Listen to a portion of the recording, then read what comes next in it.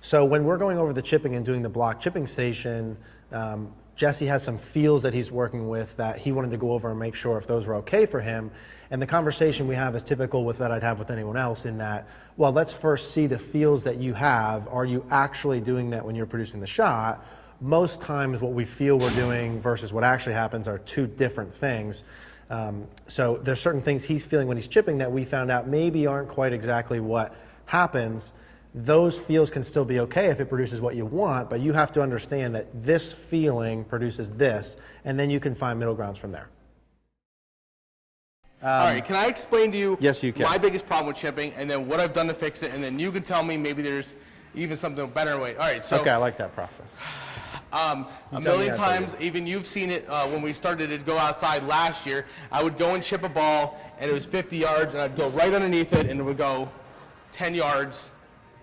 I've done that a million times. I didn't want to do that anymore. Gotcha. So I never understood how to do anything until you showed me the driver and the iron swing, and to keep out and then in, you know, to keep that face angle open. And I'm like, maybe I could try out my wedges. So I just started going like that, and it just seemed to just be 100% better with my wedges. I don't know if that's right or wrong. I don't know. It doesn't look like there's any bounce, but I hit the ball and it goes really far. So I don't know. I'm gonna answer it with a couple of things.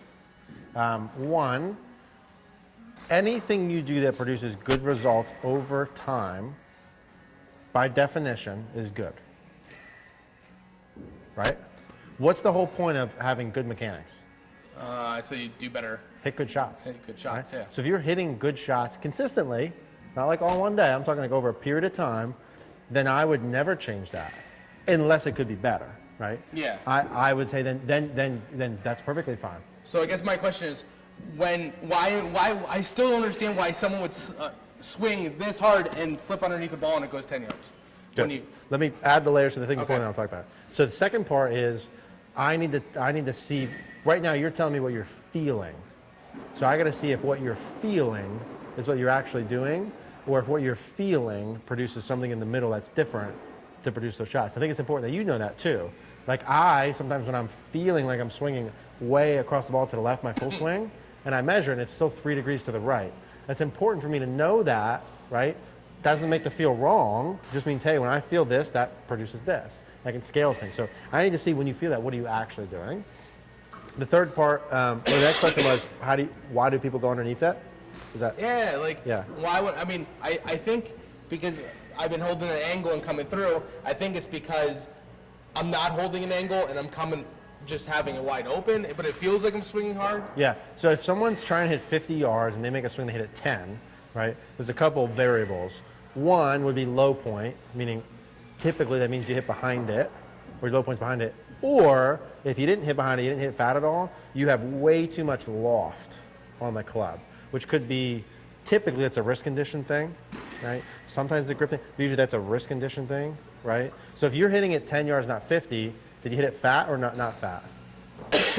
Maybe it is fat. Maybe I don't even know if it's fat because I'm hitting with so much loft that I'm just sliding. You either have way too much loft or both. Yeah. Right? So like, here's what I got to figure out. Right now, if you're hitting 50, and let's say at impact, I'm just going to exaggerate. Let's say at impact you're like this. Yeah. And now right now you feel like you're like this. Yeah. But you might actually only be like this. Huh. That's what we got to find out. Huh. Because feels and reels are too. That's weird. Yeah, I feel all kinds of stuff in my swing, and it produces all kinds of stuff. Yeah. Like I feel some weird stuff, like swinging all over the place, and then it's completely different in reality. So, but at the end of the day, if you hit the ball how you want, then you do it. Okay. Yeah, you do it. The only reason I'm ever going to change mechanics is because I think you'll be able to hit better shots. Cool. That's all. Cool. So let's see, right? Now we can't do 50, but let's do some shorter ones, and then we'll go longer. Yep.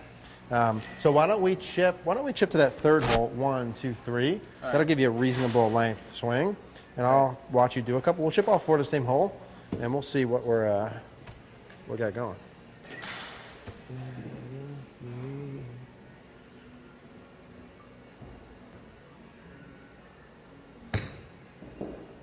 Now, when you're doing these chips, are you still feeling the same thing or no? Yeah. Oh, yeah. I feel Let's do the same exact thing I would do outside. Okay. Meaning like the wrist forward Yeah, I'm just type of holding. thing? I'm holding that angle and just coming through. Okay.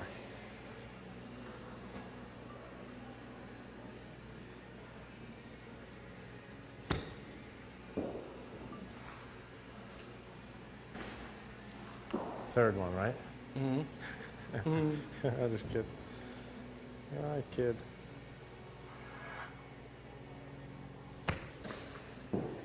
So the contact in all three of them is good, yeah? Yeah. One more. Una más. A big Spanish thing down the past couple of days.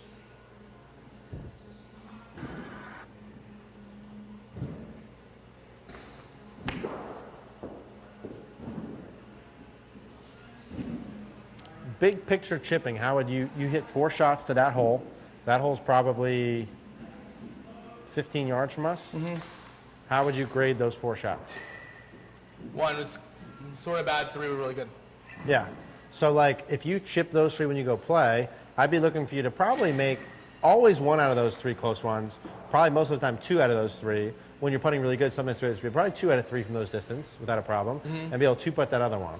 Right. Yep. So like the scores you want to shoot this year, what kind of up and down percentage do you need to have when you go play? What do you think? For the ballpark. So It's good. A lot of math going on in that head. 35% up and down. Yeah. If you went to go play golf, what kind of scores do you want to shoot ballpark?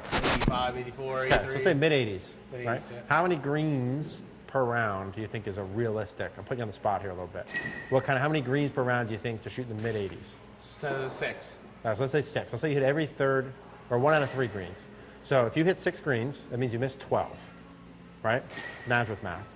So out of 12, if you got a third of those up and down, that'd be 4, okay? Which means 8 you did not, right? 8 bogeys is only 8 So over. there's only 8 over, that's 80 on most courses. So on those holes where you didn't get up and down, if you chip on and 1, like that long one, and 2-putt it 8 times, you shoot 80, better than your score. That's assuming you don't 3-putt more than once or 0. That's assuming no OB off the tee, right? It's assuming nothing stupid on a punch out. That's assuming those things, okay? So, but let's say you hit 1 OB, let's say you 3-putt twice, okay, you're still at 84 with 1 out of 3. Yep. So like, I just think it's important to scale it out too when you're judging yourself with chipping. You don't need yet to be 3 feet, right? All the time, you need makeable putts. Yeah, first. and I'm trying to look at greens like that. When I go up and look at a green, I might just get it on the green. Just I'll give yourself a 2-putt it. putt. Right. Yeah. And then when you get an easy chip, okay, cool. Because you have good enough skill to be able to chip it close, but you got to just scale that out too.